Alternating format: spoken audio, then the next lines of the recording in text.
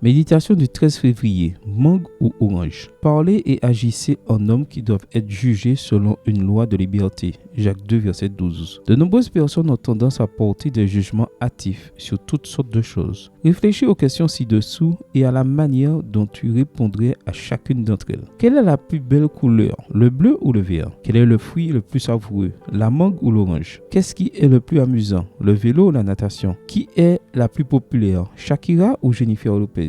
Quelle est la boisson la plus savoureuse, le Pepsi ou le 7-Up? Si tu as répondu à toutes les questions, quelles sont les réponses qui te semblent correctes? En réalité, l'une ou l'autre des réponses peut être correcte ou aucune des deux. Tu te dis probablement que ce n'est pas possible. Pourtant, toi, tu peux peut-être préférer le Pepsi et ton ami le 7-Up. Si tu aimes les mangues, il peut préférer les oranges. Il se peut aussi que tu aimes les mangues autant que les oranges. Ce qui se passe, c'est que le Pepsi contre le 7-Up et la mangue comparée à l'orange sont des questions de préférence et d'opinion. Il n'y a pas de bonne ou de mauvaise réponse.